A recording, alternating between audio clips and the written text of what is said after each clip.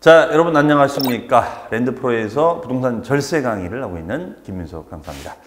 자, 오늘 이 시간에는 또 여러분한테 알려줄 용어가 있습니다. 우리 지난 시간에 한번 국세라는 용어를 가지고 여러분과 함께 했는데요. 자, 이번 시간에는 이제 가산세라는 용어를 가지고 한번 하도록 하겠습니다. 그리고 여러분들께서 제가 이제 이 설명드린 용어 외에도 혹시 여러분께서 난 이런 용어를 좀 알고 싶어요. 뭐 이런 게 이게 무슨 뜻인가요? 뭐 그런 궁금한 것이 있으면 언제든지 질문해 주시면 제가 그 용어를 가지고도 한번 설명을 또 해드리도록 하겠습니다. 자, 어쨌든 계속 시청 많이 해주시기 바랍니다. 자, 일단 가산세라는 용어입니다. 가산세. 가산이 뭘까요? 가산, 더한다 이거죠. 세금을 더 낸다 이런 얘기입니다. 왜 세금을 더 낼까? 자, 이런 얘기예요. 우리 세금은 우리가 여러분의 저 마음 같아서는 그냥 아무 때나 세금을 내면 되지 않을까 이런 생각을 할 수 있는데 그렇지가 않습니다. 아무 때나 내는 것이 아니라 특정 기한까지만 세금을 납부하도록 되어 있어요.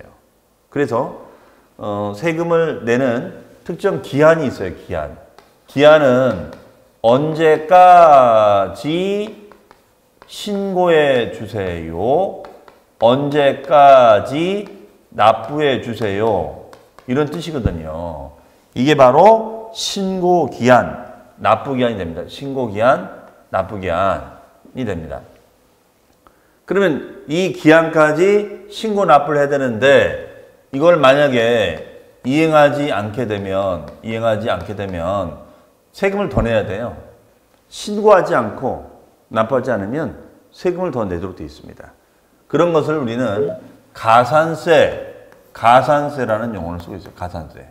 가산세라는 용어를 쓰고 있습니다. 자, 그럼 여기 보시면 가산세라는 것은 세법에 규정하는 의무가 바로 이거예요.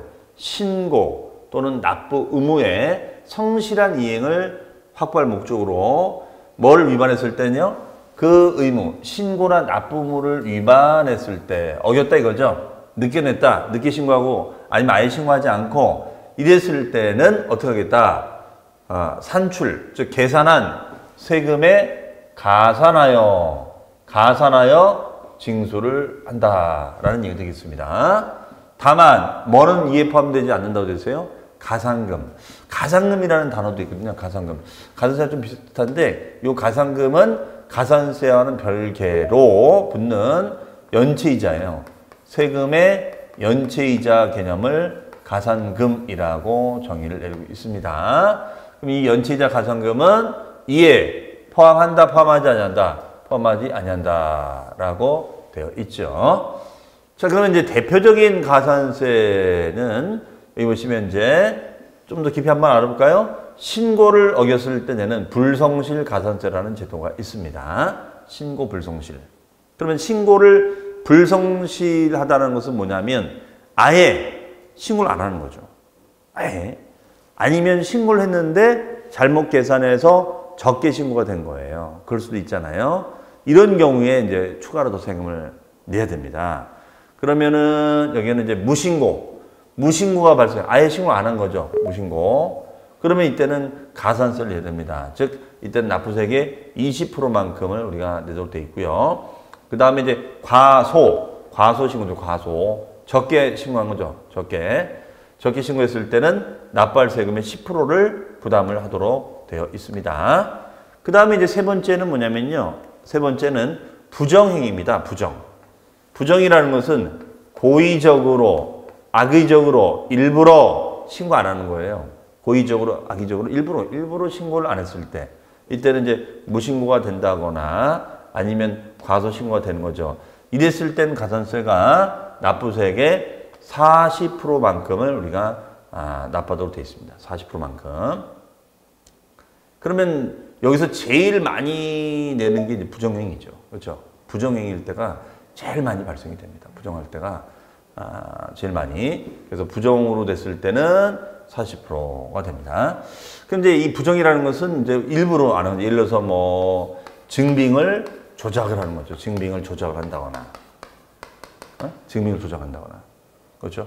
실제로는 공사비가 뭐 1,000만 원 들어갔는데 마치 공사비는 700만 원 들어간 것처럼 한다거나 이런 걸 말하는 거예요. 아니면 계약서, 매매 계약서를 조작하는 거죠. 그런 걸로 걸려서 어떤 세금을 줄였을 때는 가산세를 엄청나게 붙입니다. 그렇기 때문에 이제 간혹가다 보면은 이제 뭐 다른 사람도 뭐 이렇게 다 탈세하는데 뭐 나도 할 수 있는 거 아니냐. 그래서 이걸 위반하는 것을 되게 좀 쉽게 생각하시는데, 그리고 저는 뭐 그런 거 세금 내라고 뭐 조사 같은 거 안 나오던데 이렇게 하는데요. 그렇지가 않습니다. 우리가 여러분들이 세금을 만약에 신고하시면 그 신고된 세금은 사후 관리를 해요. 사후 관리.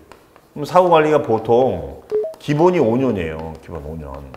그러면 5년 전에 세금을 그때 제때 신고 안 하고 넘어간 것이 있잖아요. 그러면 요게 이제 세무조사를 받으면은 5년치를 다 조사를 합니다. 그래서 그 누락이 된 세금의 유형이 무신고를 한 상황이었는지, 과소신고인지, 아니면은 고의적으로 안 한 것인지 이런 걸 가지고 따지는 거예요. 그러면 가산세가 눈덩이가 됩니다. 그렇기 때문에 단감 빼먹듯이 빼먹을 땐 참 좋은데 이게 나중에는 눈덩이가 될 수 있다는 거예요.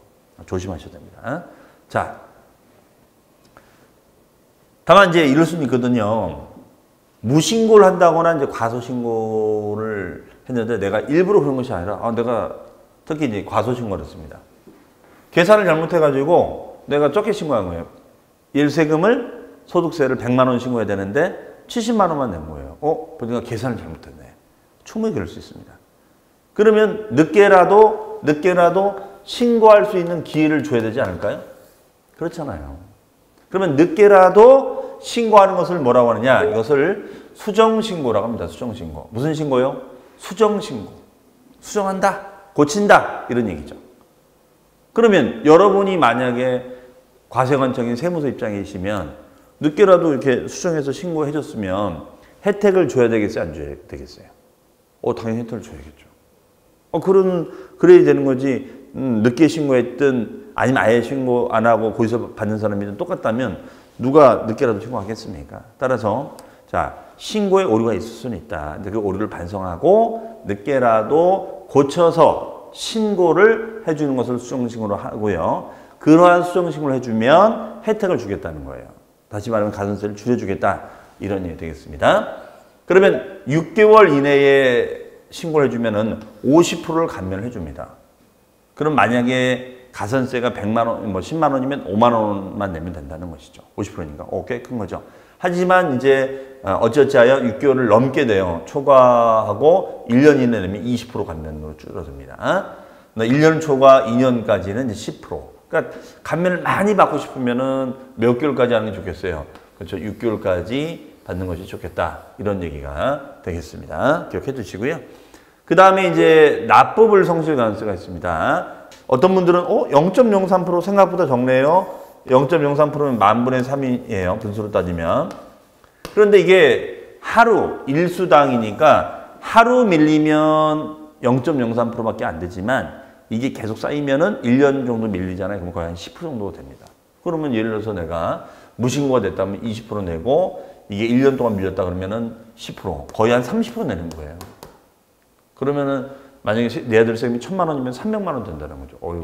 적은 돈이 아니죠. 배보다 배꼽이 더 클 수 있다는 거죠. 그렇기 때문에 우리는 언제까지 신고를 해야 되는지 그런 신고 기한을 잘 알아야 되고 그 신고 기한을 지켜야 된다.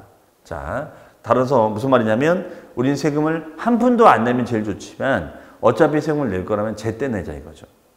그러면 제때 내면은 가산세를 추가로 낼 필요가 없잖아요. 그렇죠? 자, 그럼 한번 사례를 한번 들어볼까요?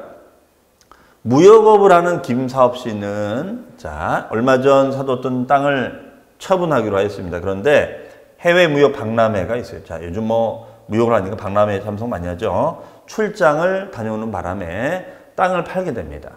그러면 땅을 팔 때 내는 세금을 우리는 양도소득세라고 정의를 해요. 땅 팔 때 내는 세금을 양도세. 네.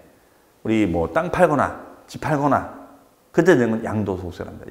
양도라는 것은 내가 가지고 있는 부동산의 소유권을 넘겨주는 거, 소유권을 이전해 주는 거. 그럼 이전하면서 소득이 생겨요. 어떤 소득? 시세 차익. 그렇죠. 땅값이 올라갈 거 아닙니까? 그렇죠? 자, 이런 경우 추가로 발생한 세금은 무엇이 있는가? 자, 땅을 팔면은 양도세를 부담하도록 돼 있는데 얘는 양도세 신고는 양도일, 요즘 알아두면 좋을 것 같습니다. 이때 양도일이라는 것은 잔금 지급을 해요. 잔금. 매매 잔금. 매매 계약서 쓰면 계약금, 중간에 되는 것을 중도금, 나중에 되는 건 잔금이라고 하거든요. 그 잔금을 잔금을 지급하기로 한 날이 속하는 달에 말일로부터 2개월까지 신고금이 납부를 하도록 되어 있습니다. 그러면 만약에 잔금 날짜가 4월 20일 날 잔금을 치렀다. 그럼 어떻게 되는 거예요? 4월 20일이 속하는 달의 말일, 4월의 말일로부터 2개월이다. 그러면 5월, 6월 말까지 되겠죠. 6월 30일까지 우리가 신고하고 납부하도록 되어 있습니다. 자, 그래서 2개월까지 신고 납부라는 것은 이런 일이 되겠어요. 그런데 이런 신고를 하지 않게 되면 무신고에 대한 가산세와 납부불 성질세가 추가로 발생하게 되므로 주의를 요한다. 그러니까 뭐 몇 개월 이내에 신고해야 된다. 이런 개념들을 알고 있으면은 언제까지 세금을 내는지 알고 있으면은 이런 실수를 하지 않을 수 있겠죠. 나중에 세금별로 이 세금은 언제까지 내는 건가요? 이제 이런 것도 한번 제가 정리를 해드릴 기회가 있을 겁니다. 그때 여러분들 또 참조하시면 좋겠습니다. 자, 오늘 시간에는 우리가 가산세란 용어를 좀 배웠는데요. 이 가산세란 용어는 참 여러분들이 이 세금에 대한 지식을 공부할 때 아주 많이 나오는 용어예요. 그래서 가산세는 왜 내는 거라고요? 그렇죠. 정해진 세법 규정을 위반했을 때, 즉 신고를 제때 안 한다거나 적게 신고했다거나 납부를 제때 하지 않았을 때 내는 것을 가산세라고 얘기한다. 그래서 이런 가산세를 내지만 늦게라도 신고해주면은 수정해주면 가산세를 감면받을 수 있는 절세 효과도 있을 수 있다는 거죠. 그렇죠? 자, 여러분들 가산세라는 용어 이번 시간에 배우고요. 다음 시간은 더 재미있는 용어를 가지고 또 여러분과 함께 하도록 하겠습니다. 자, 여러분들 계속해서 지켜봐 주시고요. 궁금한 또 용어가 있다면 저희 랜드포르 쪽에 문의를 해주시면 제가 그걸 또 가지고 여러분과 함께 하도록 하겠습니다. 자, 그러면 저는 또 다음 시간에 여러분 찾아뵙도록 하겠습니다. 자, 다음 시간에 만나요.